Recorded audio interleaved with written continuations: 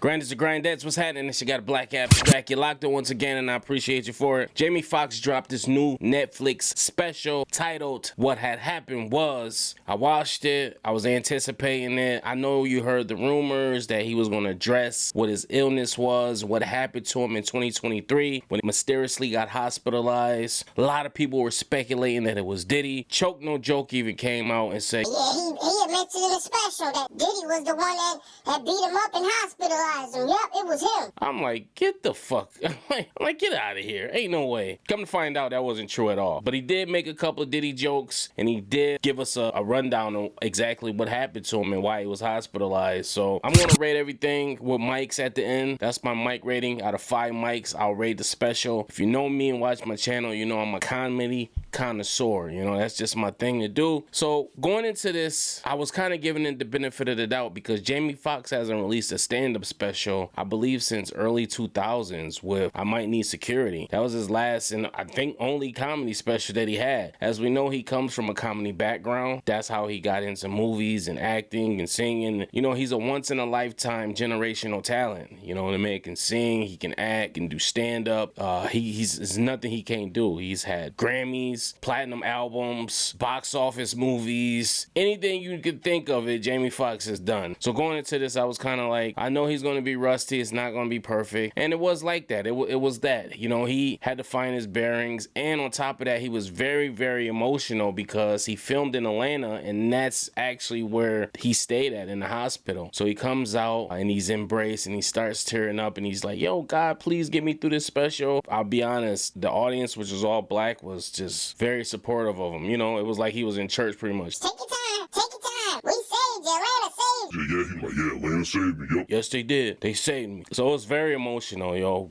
Going into this, bring some tissues. It is a tearjerker because if you are a fan of Jamie Foxx like I am, you grew up on him, he's going to take you on a history ride. He's going to take you on a, hey, I'm the guy that did this, and it'll pop up on screen, Shanae, and I'm the guy that did this, and you'll see a clip from another movie he did, and you'll be like, oh man, you'll be like, oh, he did do this movie, he did do this. He'll have a clip from Ali when he was in Ali. Ray, you know, all the stuff he's done and encompassed. He probably is one of the greatest actors of all time, if not the greatest black actor of all time. You know, a lot of people say Denzel, but I'll put my money up with Jamie. I think Jamie could give him a run for his money. But that's neither here nor there. A lot of people also said his outfit was paying homage to Martin on Run Tell That when Martin had his stroke and came back to comedy. So I don't know, maybe. He does detail what happened. He had a headache on the movie set and he asked for aspirin and then he just passed out. He woke up 20 days later not knowing what happened. Come to find out, he had a stroke as a result of the brain bleed. The doctor that he first went to gave him a shot of cortisone and sent him on his way. His sister drove around Atlanta aimlessly and then happened to find Piedmont Hospital. They're the ones who actually wind up saving his life. And he talks about how stubborn he was during recovery. You know, he was in his Hollywood shit because he was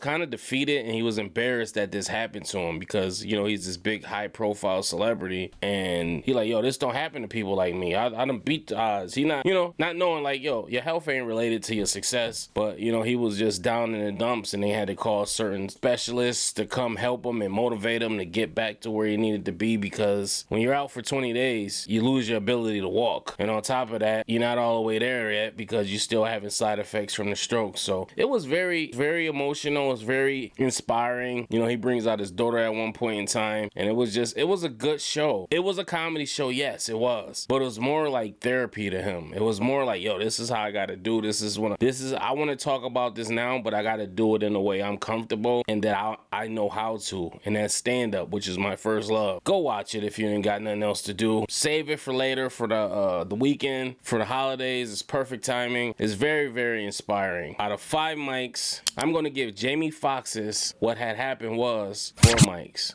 Thought it was good. Wasn't perfect, but it was good. You know, he hasn't done stand-up in 10 years. So we can let a lot of that slide because obviously he got emotional and choked up on certain parts and it is what it is. But go check it out. Make sure you like, subscribe, hit the notification bell, and let me know what you thought about it. Peace.